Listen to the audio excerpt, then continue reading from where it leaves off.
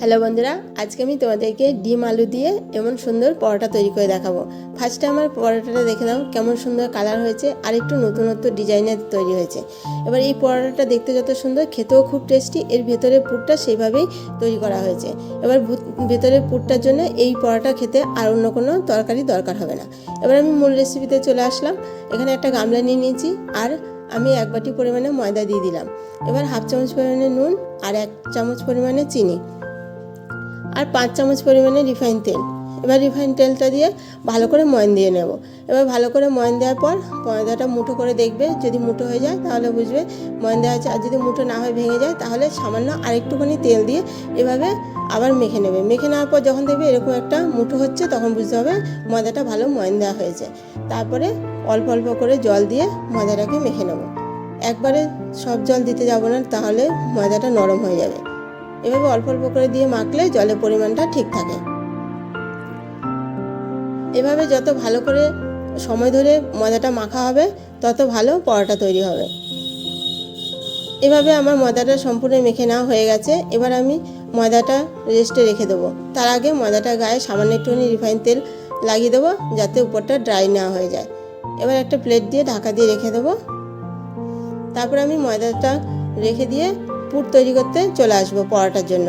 এবার পুর তৈরি করার জন্য ওভেনটা ধরিয়ে কড়াই বসিয়ে দিয়েছি, সামান্য একটু রিফাইন তেল দিয়ে দিয়েছি।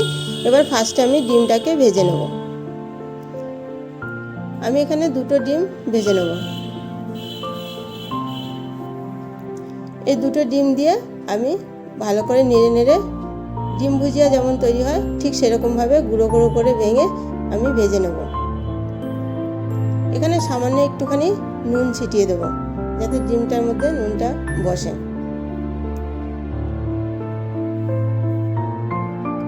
নুন দিয়ে ভালো করে নেড়ে চেড়ে ডিমটাকে ভেঙে ভেঙে খুন্তি দিয়েই ভেঙে ভেঙে একদম ভুজিয়ার মতো গুঁড়ো করে নেব। এভাবে ভেঙে ভেঙে গুঁড়ো করে আমার ডিমটা ভাজা হয়ে গেছে। এবার এই ডিম ভাজাটা আমি নামিয়ে রেখে দেবো। নামিয়ে রেখে দিয়ে আবার ওভেনে কড়াই বসিয়ে সামান্য একটুখানি রিফাইন তেল দিয়ে 1 চামচ পরিমাণে সাদা জিরে দিয়ে দিলাম। দিয়ে জিরেটাকে একটুখানি ভালো করে ভেজে নেব। যখন দেবো জিরেটার ফ্লেভার বেরিয়ে গেছে তখনই আমি গাজরটা দিয়ে দেবো। এই সবজিগুলো ভাজার সময় গ্যাসের ফ্লেমটাকে মিডিয়ামে রাখবে, হাইতে দেবে না, তাহলে পুড়ে যাবে এবং ভালো ভাজা হবে না, সেদ্ধ হবে না। এখন আমি বিনসটাও দিয়ে দিয়েছি। বিনস আর গাজরটাকেও একটু নেড়ে চেড়ে ভেজে নিচ্ছি। সামান্য একটু নুন দিয়ে দিলাম, এতে তাড়াতাড়ি সেদ্ধ হয়ে যাবে। নুনটা দিয়ে একটু নেড়ে চেড়ে তারপর আমি ক্যাপসিকাম দিয়ে দিলাম। ক্যাপসিকামটা দিয়ে টমেটো দিয়ে দিলাম। টমেটোটা দিয়েও ভালো করে নেড়ে চেড়ে ভেজে নেব। এভাবে নেড়ে চেড়ে কিছুক্ষণ ভাজা হওয়ার পরে আমি পেঁয়াজ কুচি দিয়ে দেবো। পেঁয়াজটা দেওয়ার পরে আমি 4টে লঙ্কা কুচিয়ে দিয়ে দিচ্ছি। তোমরা যে যেরকম ঝাল খাও সেরকম পরিমাণেই লঙ্কা দেবে। এভাবে নেড়ে চেড়ে ভাজতে ভাজতে যখন দেখবো গাজর বিনস সমস্ত সেদ্ধ হয়ে গেছে, খুব বেশি লাল করে ভাজার দরকার নেই, এখানে আমার সবজিগুলো ভাজা হয়ে গেছে। এই পর্যায়ে আমি আলু দিয়ে দেবো। আলুটাকে আমি আগেই সেদ্ধ করে ছোটো ছোটো টুকরো করে কেটে রেখে দিয়েছি, যাতে আমার পুরটা তৈরি করা তাড়াতাড়ি হয়। এবার আলুটা দিয়েও আমি নেড়ে চেড়ে সামান্য একটু নুন দিয়ে দেবো আর সামান্য একটুখানি হলুদ দিয়ে দেবো। এবার এই আলুটাকে এভাবে নাড়তে থাকবো। নাড়তে নাড়তে খুন্তি দিয়ে ভেঙে দেবো। আলুটা একটু আধা ভাঙা করে দেবো, তাতে পুরটা আমার একটু নরম হবে।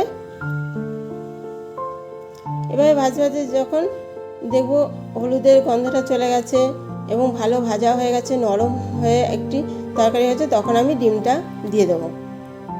ভেজে রাখা ডিম দিয়ে সামান্য একটুখানি গরম মশলা দিয়ে দিলাম, এতে এই পুরের ফ্লেভারটা ভালো হবে। তোমরা চাইলে ধনেপাতা কুচিও দিতে পারো, তাতেও আলাদা সেন্ট হবে, খেতেও স্বাদ হবে। এবার আমার পুরটা তৈরি হয়ে গেছে। এই পুরটা তোমরা কিন্তু তরকারি হিসেবে পরোটা বা রুটির সঙ্গেও খেতে পারো, তাতেও খুব ভালো লাগবে।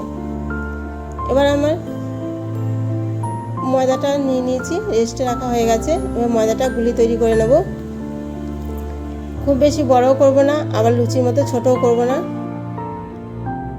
ঠিক রুটির মতো সাইজেই করে নেব। এভাবে সমস্ত ময়দাটা আমার গুলি করা হয়ে গেছে। এবার আমি এই ময়দার ডোগুলোকে রুটির মতো করে বেলে নেব। খুব বেশি পাতলা করব না, খুব বেশি মোটাও করব না, ঠিক সেইভাবে বেলে নেব। সবকটা ডোই ঠিক এইভাবে রুটির মতো করে বেলে নিয়েছি। এবার একটা রুটি পেতে তার উপরে রিফাইন তেল লাগিয়ে নিয়েছি। রিফাইন তেল লাগিয়ে আরেকটা রুটি এর উপর দিয়ে বসিয়ে দেবো, সাইডগুলো প্রত্যেকটা সমান করে দিয়ে আবার তেল লাগিয়ে দেবো। তেল লাগিয়ে দিয়ে আরেকটা রুটিও এর উপর দিয়ে দেবো। রুটিটা দিয়েও 4-5টা সমান করে দেবো। আবার রিফাইন তেল দিয়ে দেবো, দিয়ে আরেকটা রুটি এইভাবে পরপর 4টে রুটি দিয়ে আমি উপরে তেল আরেকটু দিয়ে দেবো।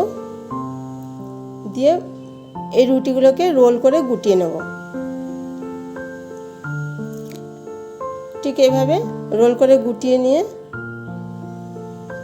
লম্বা করে নিতে হবে। দিয়ে তারপরে ছোটো ছোটো পিস করে কেটে নেব। যে যত বড় সাইজের করবে পরোটাগুলো তরকারি করে, ঠিক সেই রকম সাইজেরই পিস করে কেটে নেবে। কেউ বড় তৈরি করতে চাইলে বড় করে, কেউ ছোট তৈরি করতে চাইলে ছোট চাইলে ছোট করে কেটে নেবে। এইভাবে এই রোলটাকে তো কেটে নেবই, আমার আরও বাদবাকি যে ডোগুলো আছে রুটি করে রেখেছি, সেই রুটিগুলোকেও ঠিক এই পদ্ধতিতে পরপর রিফাইন তেল দিয়ে বসিয়ে নিয়ে সেটাকেও রোল করে কেটে নিয়েছি। এবার সম্পূর্ণ কেটে নেওয়া পিসগুলোকে আমি এবার বেলে নেব। এভাবে রোল করে নিলে এর মাঝে পরোটাটার মাঝে মাঝে তেল থাকে, আর এতে পরোটাটা ভাজতে গেলে খুব সুন্দর ভাজা হয়, খাস্তাও হয়। এভাবে পাতলা করে একটু বেলে নিতে হবে।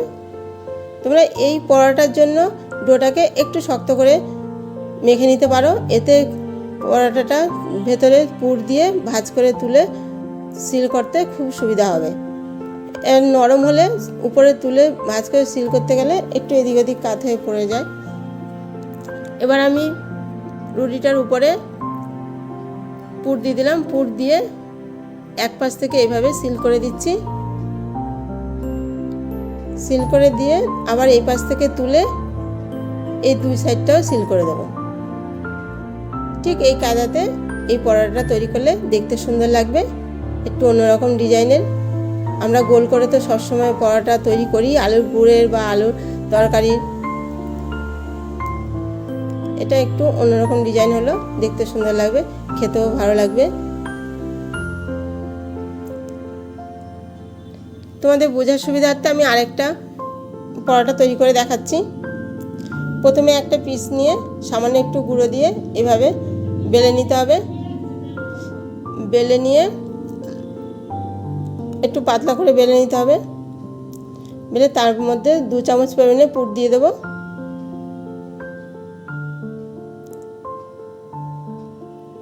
দু চামচ পরিমাণে পুর দিয়ে আবার সে আগেরটার মতো দুপাশ দিয়ে আমি তুলে সিল করে দেব।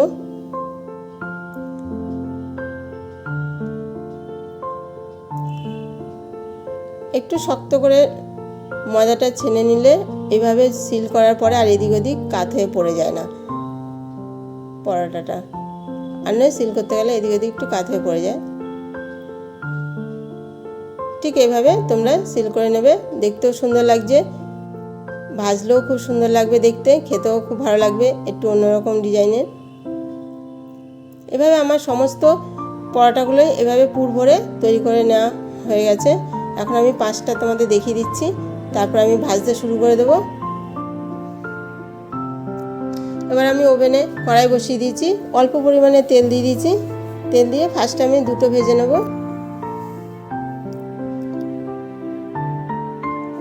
কীভাবে ভাজতে হবে আমি দুটো ভেজে তোমাদের দেখিয়ে দিচ্ছি।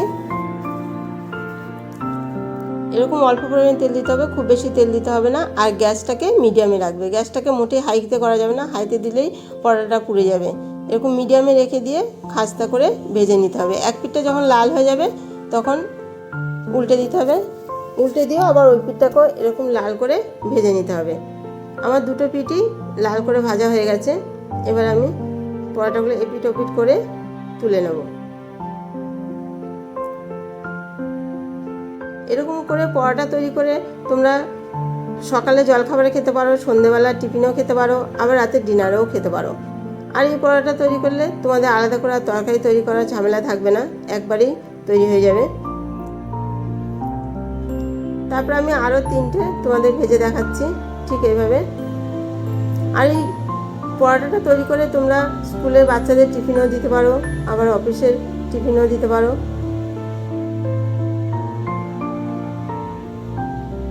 এবার এক পিঠ লাল করে ভাজা হয়ে গেছে, উল্টে দিচ্ছি, আবার অপর পিঠটাও লাল হয়ে গেছে। এইভাবে দুটো পিঠই উল্টে উল্টে এরকম লাল করে ভেজে নিতে হবে। গ্যাসটা কিন্তু অবশ্যই মিডিয়ামে দিয়ে যাবে, কখনো বাড়াবে না, তাহলে কিন্তু পুড়ে যাবে, ভালো ভাজা হবে না। এবার আমার ভাজা হয়ে গেছে, তুলে নিচ্ছি। ঠিক এইভাবে সমস্ত পরোটাগুলো আমি ভেজে নিয়েছি। এরপর আমি দেখিয়ে দিচ্ছি সমস্ত পরোটাগুলো কেমন সুন্দর লাগছে। এভাবে পরোটা তৈরি করলে, পরোটার পুর তৈরি করলে পুরের ভেতরে যে ক্যাপসিকাম, গাজর, বিনস সব দেওয়া হয়েছে, ডিম, আলু, এটি যখন কামড়ে দিয়ে খাওয়া হয় বা ভাঙা হয়, এত সুন্দর ভেতরের ফ্লেভারটা হয়, ঘরের পরোটা মনে হয় না, মনে যেন একটা চাইনিজ খাবার খাচ্ছি, এত সুন্দর টেস্টি। এবার এই পরোটাটা আমি তোমাদের ভেঙেও দেখিয়ে দিচ্ছি ভেতরটা কত সুন্দর লাগছে, আর উপরটা কেমন সুন্দর খাস্তা হয়েছে। ভেতরে গাজর, বিনস, আলু, ডিম খুব সুন্দর লাগছে, খেতেও খুব টেস্টি।